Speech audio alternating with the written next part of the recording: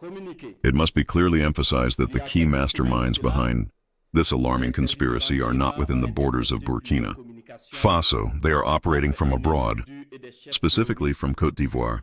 Among them is the notorious figure Bahar Abdrahman, whose name has now become synonymous with treason. According to a statement issued by Burkina Faso's minister in charge of security, Abdrahman and his associates had orchestrated an elaborate plan aimed at plunging the country into chaos, with the endgame being a violent coup d'etat on Wednesday, April 16, 2025. This high-level operation, carefully monitored by the nation's intelligence services, was set to reach its climax with a full-scale assault on the presidency of Faso. The attack was to be carried out by a rogue faction of soldiers who had been clandestinely recruited and influenced by enemies of the Burkinabé state. But the threat did not end with a single strike. From their covert command center based in Abidjan, the conspirators were planning an ongoing campaign of destabilization, aimed at creating unrest and anarchy in Burkina Faso before the end of June. In a press release that has since shaken the nation, the Ministry of Security laid bare the chilling scope of the plot. Intelligence officials have now confirmed what many feared. This was not merely a failed coup attempt. It was a sophisticated and multi-layered operation to topple a sovereign government, to collapse the internal structure of the nation, and to place Burkina Faso once again under the control and influence of foreign powers. The betrayal runs deep. It involves military deserters, international collaborators, and leaders of terrorist organizations, all working in tandem to sabotage the country from within. Weeks prior to the intended attack, intelligence agents intercepted a disturbing series of communications between an unnamed individual and various known terrorist leaders. These messages contained sensitive information regarding the locations and operations of Burkina Faso's defense forces, including the Volunteers for the Defense of the Homeland, VDP, as well as classified military strategies and movements. After extensive investigation and technical analysis, the sender of these transmissions was identified as none other than Bahar Abdrahman, a former officer in the Burkinabé Armed Forces, previously assigned to the Military Justice Battalion. Further inquiries revealed that Abdrahman had been absent without authorization for several weeks and was already facing charges of desertion. This act of disloyalty proved to be just the tip of the iceberg. Through surveillance of Abdrahman's communications, intelligence officers uncovered a broader network of traitors. These included an active-duty armed forces officer identified only as Joni, a former non-commissioned officer named Zerbo, a current officer stationed at the Integrated Operations Center of Burkina Faso, and Commander Ouedraogo Frederick, a longtime deserter who had been undergoing training in Europe, but had since resurfaced in Abidjan under the alias Cabor Constant. The coordinated activities of these individuals, along with their connections to terrorist groups and foreign sponsors, pointed to the existence of a sprawling conspiracy. The ultimate objective of this sinister endeavor was not only to overthrow the government, but to engineer a state of chaos so complete that Burkina Faso would become ungovernable, eventually requiring foreign intervention and external administration for the next decade or even longer. Part of the strategy involved feeding classified intelligence to terrorists, which would enable them to launch increasingly lethal attacks against security forces and innocent civilians. This, in turn, would provoke public outrage and a crisis of confidence in the government's ability to maintain order. At the same time, misleading information was being disseminated within military ranks to manipulate authorities into conducting mass arrests within their own forces, creating confusion, fear, and internal division. Psychological warfare was also employed. Fabricated messages were circulated that falsely accused certain individuals, while other threatening messages targeted key military commanders, warning them that they had been placed on a so-called blacklist. The conspirators even reached out to respected religious and traditional leaders, attempting to persuade them to convince soldiers to join the uprising. Tragically, at least one officer, Captain Rao Rene David, was reportedly swayed and is currently on the run. Even among the VDP, who have been instrumental in defending the nation, subversive tactics were used. Volunteers were contacted and offered money in exchange for demoralizing their fellow fighters and sabotaging their operations. All of these insidious efforts were part of a broader plan to weaken and dismantle Burkina Faso's defense infrastructure from within. The final stage of the operation was intended to unfold on April 16th, with a multi-pronged assault on key government institutions.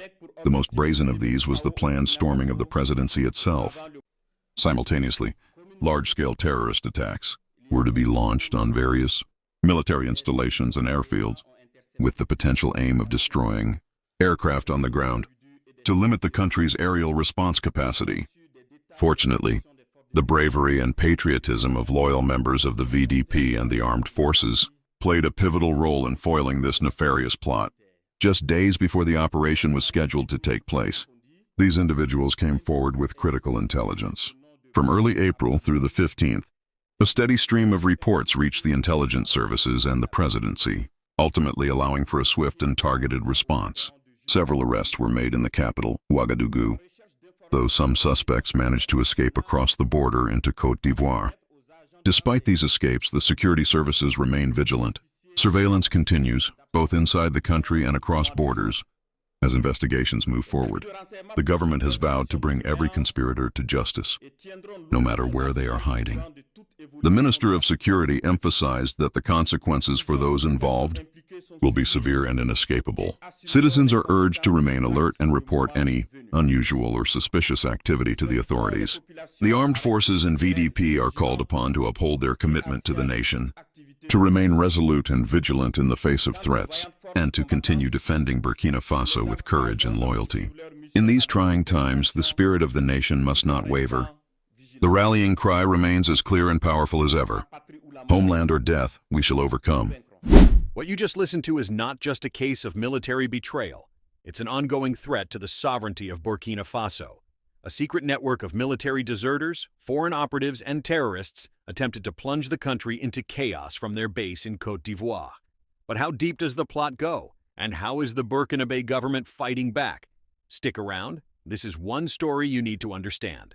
Over the past few months, Burkina Faso's intelligence services uncovered an elaborate conspiracy.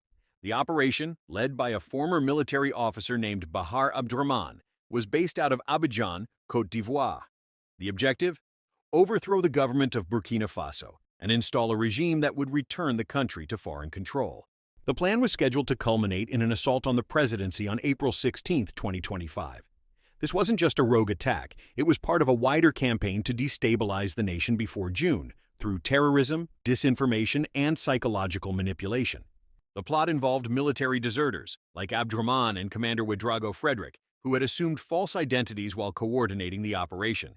Intelligence services found they were feeding information to terrorist groups, details about troop locations, operations, and internal defenses.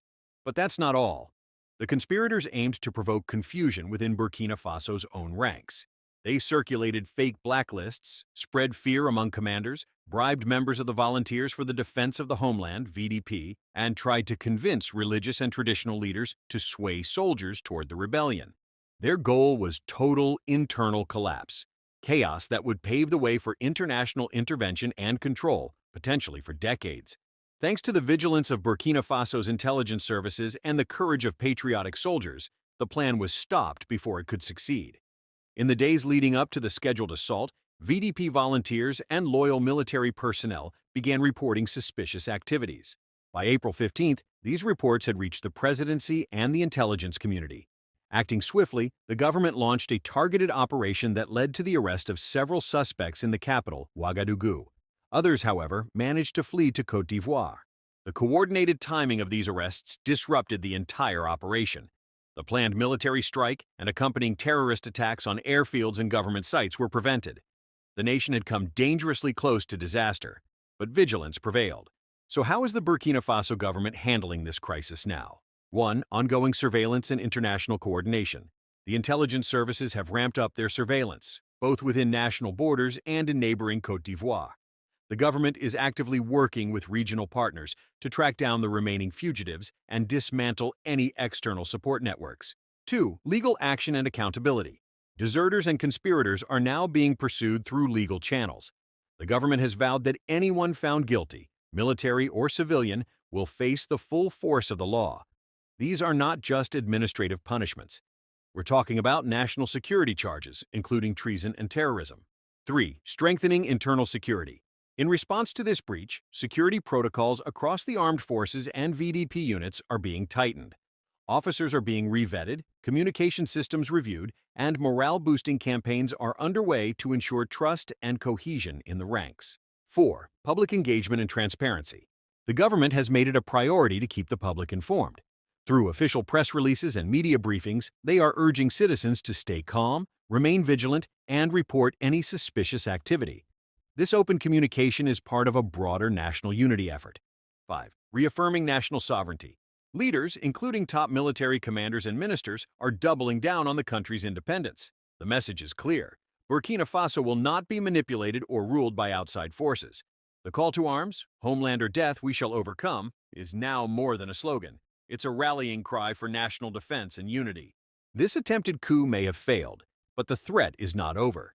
Burkina Faso stands at a critical moment in its history, one where the survival of the state depends not only on its armed forces, but on the unity and resilience of its people.